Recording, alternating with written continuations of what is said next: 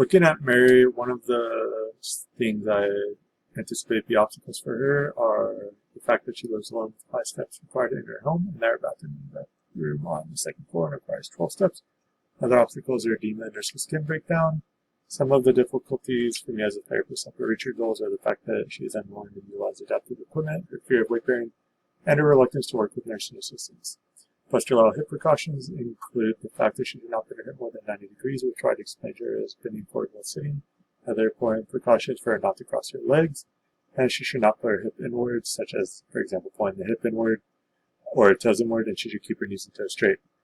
What devices will she need to adhere to total hip precaution while toileting? She will need a raised toilet seat, which will help her prevent her hip from flexing past 90 degrees. While sleeping, she should use pillows or other materials to prevent herself from crossing her leg in her sleep.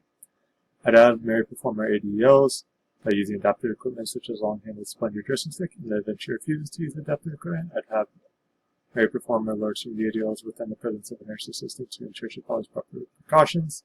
What portion of the ADL routine do I anticipate will be most difficult for her to accomplish? I anticipate that her lower body dressing pulley will be the most difficult, again due to her inability to work her.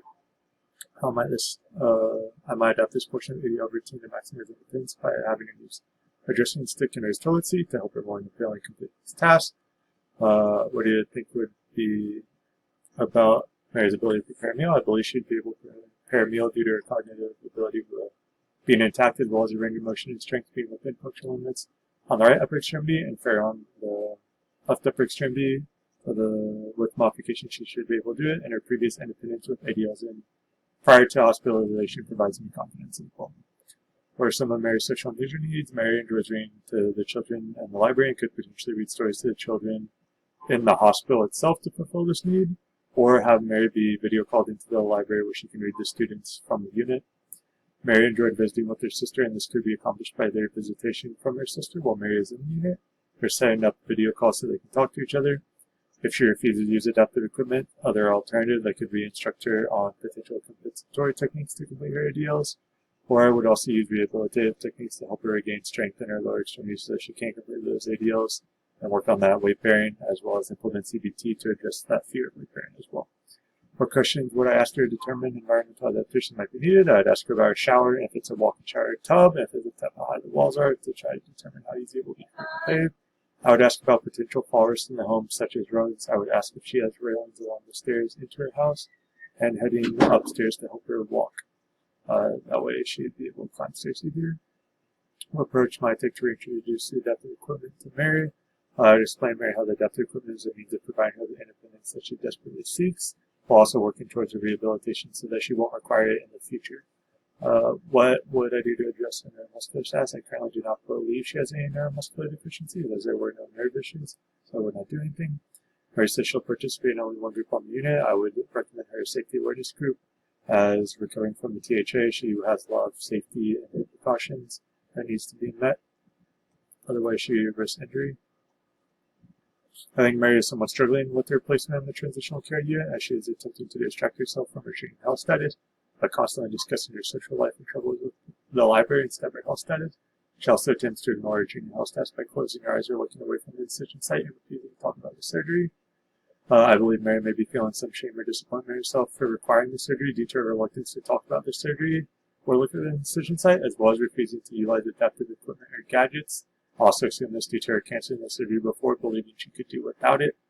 How can I prevent myself from responding negatively? By being mindful of her circumstances and recognizing that a difficult time she's going through, which may cause her to be combative or uncooperative. She lives alone and is losing much of her independence, which can be hard for anyone to deal with. What might be some psychological concerns for when she leaves the transitional care unit are depression. Educational information is necessary for Mary. Why? Information on her precautions following THA are essential to prevent injury and complications for her. Also, other important information includes the importance of mobility and range of motion and why she needs to start weight bearing. I enter Mary's room in the morning. She's guiding herself through all her self-care. I would educate her on the importance of performing her tasks herself so that she can maintain her current skill levels, and we can rebuild to giving her the independence she requested in her goals. I'd explain while it's fine for the nursing assistant to provide assistance, she should still contribute as much as possible. I enter Mary's room and find the nursing assistant partly finished with her self-care. My reaction would be to remain calm and inform her that she would like to contribute the remainder of her ADLs, and remind her the importance of participation in the ADL care routine. Suppose I were talking to a roommate about my therapist, I would do either nothing about the situation if it is not serious, or discuss with Mary why adaptive equipment is important to improving her ADL independence, and explain that they are common equipment that a lot of people use and easy to adjust to using. I would try to remain unhurt with her feelings about me, as I know that she's suffering through a difficult time, and as a member of a healthcare team that is pushing her limits in order for her to recover. Some people take this in a negative manner, as I'm trying to force them to work harder. No tea kitchen with Mary practicing tea. I know she's not putting weight. I'd explain to her if she does not use her left leg, she can suffer complications down the line, such as atrophy from disuse, and how it creates a vicious cycle where she'll never be able to use her leg again. While transferring to the commode, she cries out in pain. I would cease the transfer immediately and assess for potential injury as well as inform the mission staff and document. I would document this incident as an incident report as soon as possible and objectively as possible. I'd also document the incident in a daily note. When would I begin discharge? I'd begin discharge planning during the initial evaluation. I'd figure out her goals. At what level would Mary need to be to return home? She would need to be able to complete her ADL safely, as well as be able to go up and down the stairs required to enter her home, and up into her bedroom and bathroom. What role do she and her sister play? Mary's sister could potentially allow for Mary to be discharged earlier by providing assistance with Mary's ADLs that she is unable to perform independently yet. Mary is the most crucial aspect of the discharge process, as her ability to bear weight and not be able to be at risk of fall will be one of the primary factors in her ability to be discharged, as well as if she adapts to using adaptive equipment. She will also need to demonstrate competence and understanding of precautions to prevent injury. How might Mary continue to work towards her goals when she leaves the unit? She could work towards the goals through telehealth appointments, home exercise programs, or OT home health services in order to keep receiving treatment.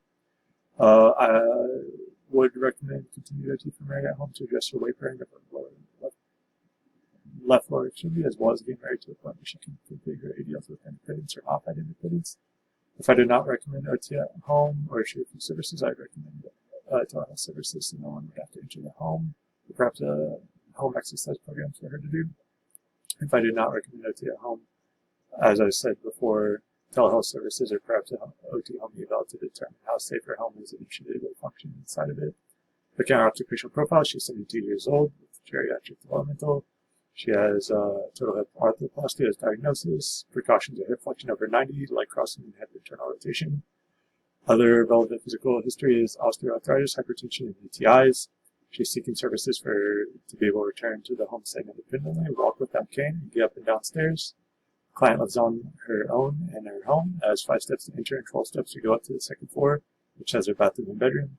Client stay involves being a volunteer at local library where she reads stories for children. Client also plays cribbage with friends once a week. Prior to her surgery, client was independent in all ADLs. Currently, post-surgery, client receives assistance with lower body dressing, bed mobility, transfer to lower body bathing. Client currently attempts to ignore surgery as she looks away from the incision site and refuses to discuss surgery with assistants. Client's goals include return to her home, being able to walk without cane and go up and down stairs without pain, and independently. One of the major motivators for the client is to return to her local library so she continues to read stories for the children. We have the OT therapy evaluation. She's independent in feeding, eating, grooming, upper body dressing, and upper body bathing. Unable to perform lower body dressing and bathing due to her hip precautions being unable, so she's total assist. Toilet, bowel, and bladder and personal device management I will assess if they were not discussed. Bed mobility was moderate assistance, and we know she bears herself for pain the whole time. Bed/chair to chair, she was a max assist for her transfers, and they noted that she should be able to prefer a stand pivot, but she did not due to fear of weight bearing. Ambulation, max assist, she was partial weight bearing only.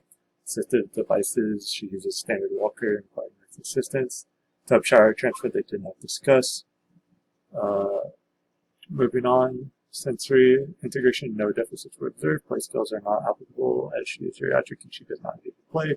Other leisure skills would be her ability to read, which were unimpacted. Education, participation, or concerns are not applicable because she's currently not in school. Looking at her upper extremity functions, her shoulder she had no edema in her upper extremities. She had within functional limits on all sensations. Looking at her manual muscle testing, she had within functional limits on elbow, forearm, and wrist for everything, as well as within functional limits for PROM and AROM on elbow, forearm, and wrist for everything, right and left. For her shoulder, she had impaired manual muscle testing of the left shoulder, as it was a fair minus when fair plus was required for within functional limits. Passive range of motion and active range of motion were impaired due to the range of motion only being 2/3 of normal. Going down the list, in her digits, her right hand was within functional limits for everything. Her left hand was within functional limits for sensation, as I said before, but had impaired manual muscle testing, as it scored a fair minus and fair when a fair plus is required, and then impaired Aron and Puron because she was unable to fully make a fist due to pain. Going down, grip strength, we were unable to assess as no grip strength was performed. Muscle tone was all tested to be within functional limits. Postural alignment was within functional limits.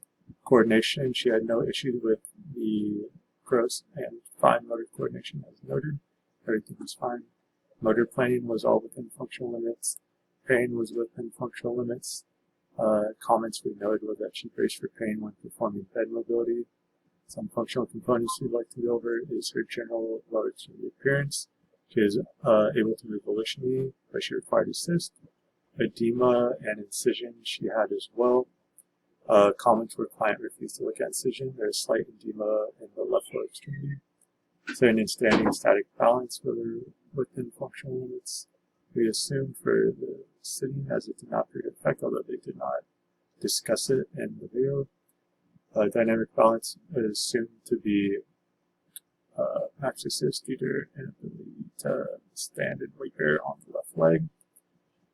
Going down, vision perception, she was glasses required. Hearing was within functional limits. Communication within functional limits. Cognition within functional limits. She's oriented to person, place, time, situation. Going down further, we know that the client was pleasant and cooperative with the eval team. The client needed to be redirected to remain focused. Looking at specific mental functions, client demonstrated no impairments in attention, memory, sequencing, problem solving, initiation, or executive function. The client did seem somewhat distraught and in denial over her injury, ignoring her surgical incision, which would relate to her emotional mental functions. Looking at global mental functions, client demonstrated no impairment in consciousness, orientation, or sleep patterns. Looking at the method of communication, client is able to communicate verbally and fluently in the English language. Client did not require a communication device. Client had good language literacy and comprehension as she reads to children in the local library. And for other, we noted that client demonstrated fearfulness of weight bearing. Signed off on Christopher Guest, OTS, on 8/3/20.